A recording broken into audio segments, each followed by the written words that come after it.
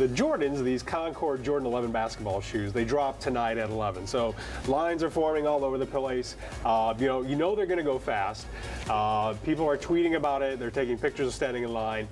The other thing is that, I can see the concern on your face that you're not going to get yourself a pair, but I guarantee you that tomorrow morning you'll be able to hit eBay and get a pair for about $1,000 or $2,000. So you know these things are going to show up on eBay. It wasn't exactly concerned. That's not how I'd describe it. And that's trending Chicago or everywhere? It is trending everywhere, particularly in Chicago, but it's in terms of Twitter and how they figure out their algorithms, besides the X Factor, this is the other hot item that's trending on Twitter right now.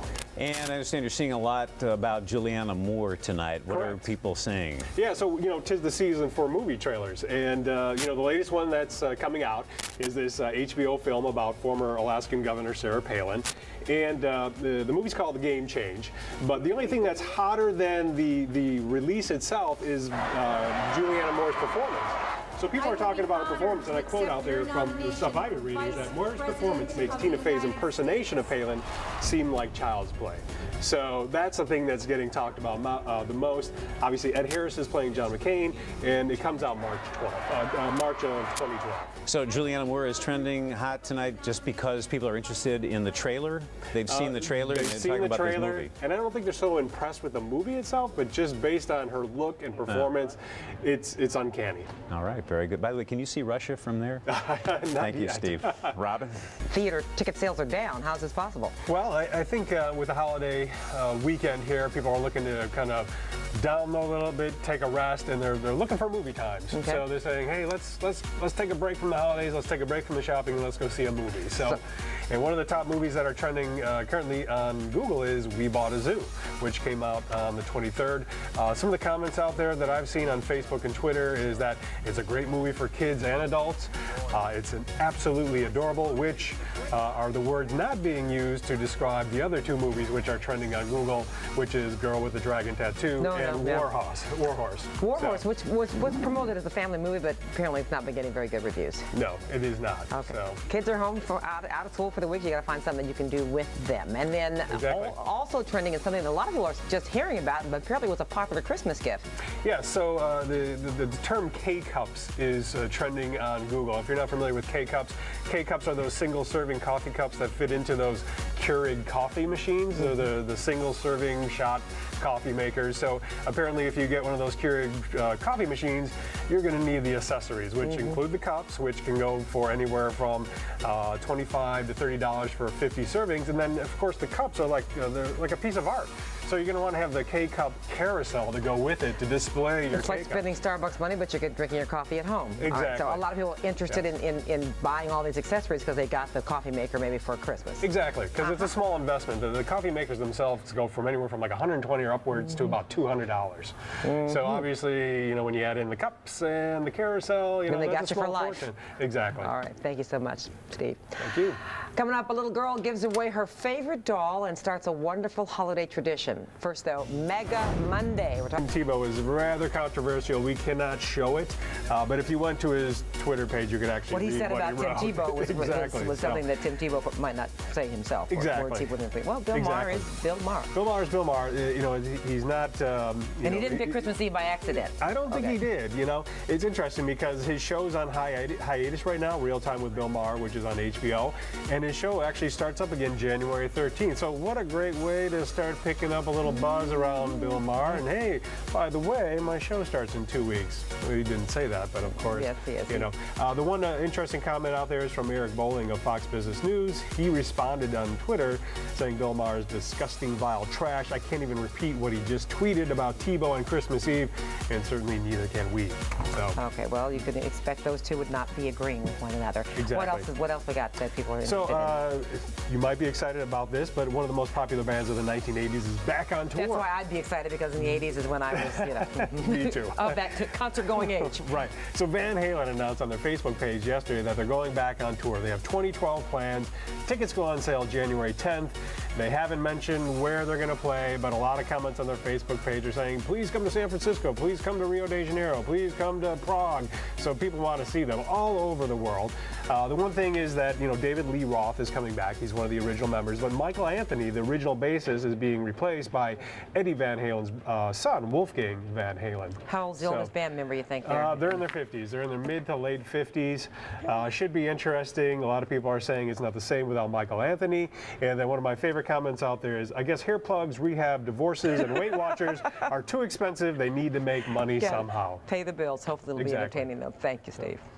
Up next, is pain to drive taking a toll on you? In tonight's talker, a massive increase in Illinois tolls is just days away. So is that going to change your driving habits? We'll be right back.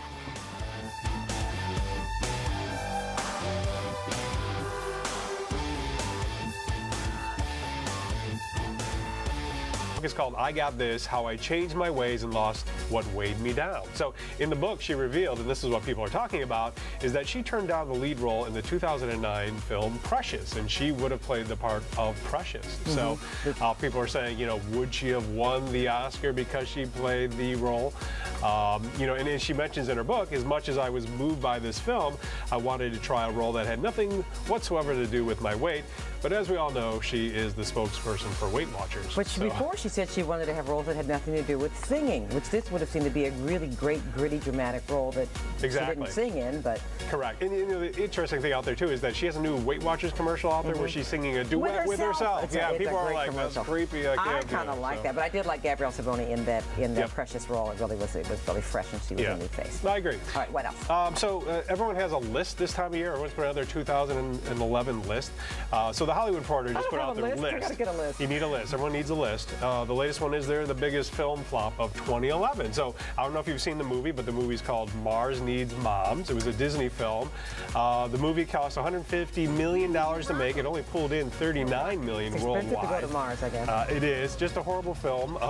Did you see it? I did not see it. I don't want to see it. That explains it. Some of the comments out there on the Internet Movie Database is that, you know, it's less creepy than Polar Express, but it's not a good movie for small children. Polar Express, actually, a lot of people liked. They did, exactly. So some people saying, yeah, great film, and other people are like, no, stay away from this completely. Mars Needs Moms. I don't know, somehow it sounds like some sort of a, I don't know, buy a wife thing. We won't be going there anytime soon. Thanks, Steve. We appreciate it. Our talkers next, why the city of Chicago is making big changes to this year's taste. We'll give you their explanation. Plus, is it saving it or killing it? Mars.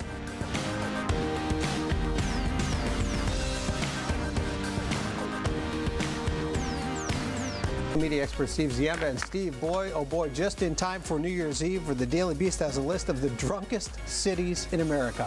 Once again, it is the time of year for lists, and this is the second annual list. They did this last year. So this year, Boston takes the cake for drunkest city. Milwaukee's number 3. They were number 1 in 2010, so they've fallen a bit. But I think the most exciting news out there is that Chicago came in at number 6, which they were 29. We were 29 last year, so we did a lot of catching up in 2010 in terms of getting to that number 6 ranking. But as you mentioned, it's a survey done by Daily Beast.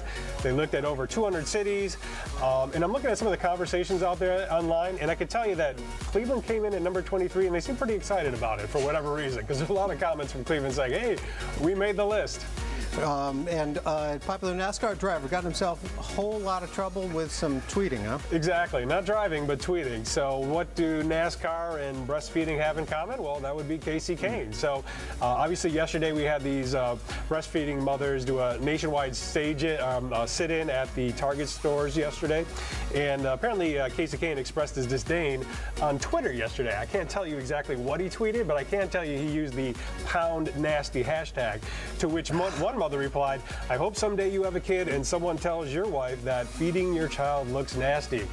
And then, of course, to make things worse, Kahne responded again. And again, I can't repeat what he said, but today he posted on his Facebook page a rather lengthy apology. So obviously his PR team stepped in and said, hey, you better step up and apologize. But if you're still mad at Kahne come September, he'll be here at the Chicagoland Speedway, so you can talk to him personally. All right, so, Steve, thank you so much. You bet. Coming up, fee insanity. We're talking about charging extra for basic services in tonight's Talker, and later, they are ready for revelers. We'll have a look at how New York prepares for New Year's Eve.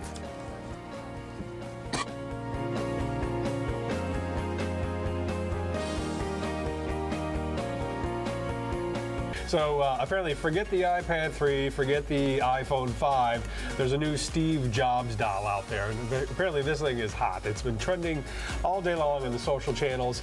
Now, it's a doll that's created by this company in China called In Icons. The doll is dressed in Jobs' signature black turtleneck and New Balance shoes. It goes for about $99, and it's supposed to come out in February. Now the book is still a big seller. Where is all this coming from? So this is just coming from, I'm not really sure, it's overseas. It's not an Apple-endorsed product. It's just something that this company overseas, apparently they've created some other icon dolls out there in the past. And so I guess now we're just waiting for the cease and desist order from the Jobs family. I'm sure you'll tell us about that first. Right. What else you got going? So the other thing out there is the meteor showers are hot. There's meteor showers tonight, and apparently you can only view these meteor showers in the northern hemisphere. And these things are called the Quadrantids meteor shower. Now, it promises to be quite spectacular. The best viewing times are between about 1:30 a.m. and dawn. And people have been commenting all over NASA's Facebook page, their Twitter page, their website. NASA has tips on their viewing tips on their website, such things as dress warm, lie flat on your back. And then also they have a live stream. So even if you don't want to go take advantage of some of those tips, you can just stay inside and watch a live stream on the NASA website. But the people are out there. You can go to Twitter at NASA_Marshall.com or Facebook.com/NASA. People are just commenting like crazy about this. Yeah, well, I think it's clear, at least in our area. It is, yeah. We get a look. All right, thanks for that look, Steve. Appreciate it. Coming up, what you notice about Chicago when you're off of work and not out of town. One more thing about that later. But first, are they dangerous dogs or do they just have a bad rep? We'll talk about banning pit bulls next in tonight's Talker.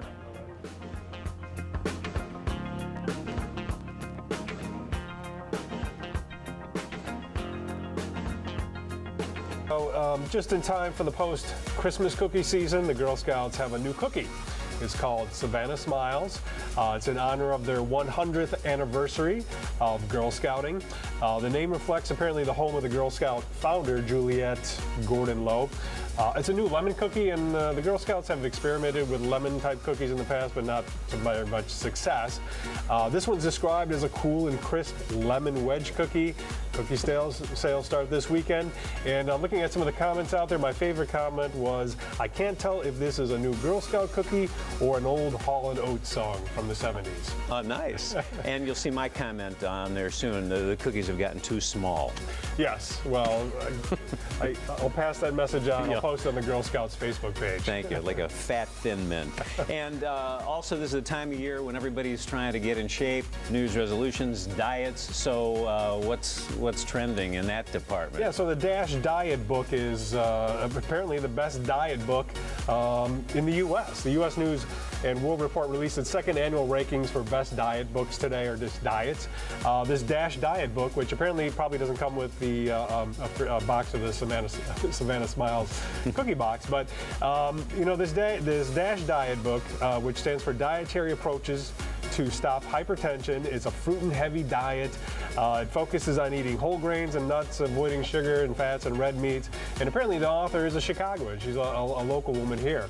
But it's getting a tremendous amount of buzz on Google. People are looking it up, and just comments are all over the place on Facebook saying, I've got to pick this up. This is great. But again, if you're going to get a box of the Girl Scout cookies, you may want to think about picking up a book, the Dash Diet book. Yeah, that's okay. You need a box of those cookies. They're just so thin. It doesn't matter. All right, Steve, thanks. Appreciate it as always.